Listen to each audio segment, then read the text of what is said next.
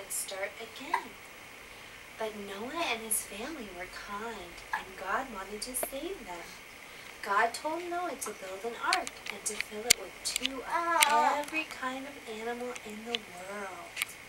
Look, there's the ark and the palm trees, and those are deer and lions and giraffe and elephants. And there is the dove with the olive branch. The story of Abraham. Abraham and his wife Sarah were good people. They were old and... What are you doing? What? Why are you taping this? It's adorable. Stop. What are you doing? Just read a couple.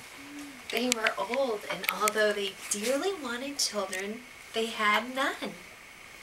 I'm gonna give up now.